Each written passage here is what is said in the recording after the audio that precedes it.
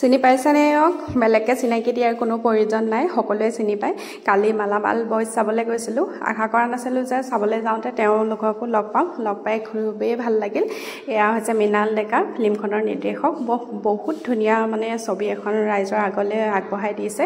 চাই পিনে খুব ভাল লাগিল।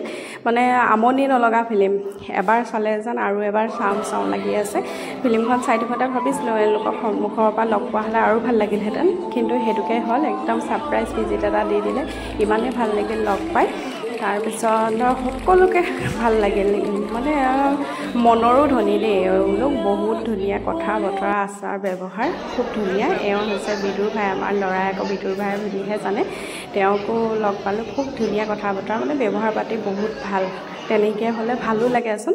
তাৰপিছত এয়া হৈছে ৰঘু এক্টিং ক'বই নালাগে, খুব ধুনীয়া এক্টিং কৰিছে। সৰু ল'ৰা, আগবাঢ়ি যাওক আৰু তাকে কামনা কৰিছোঁ।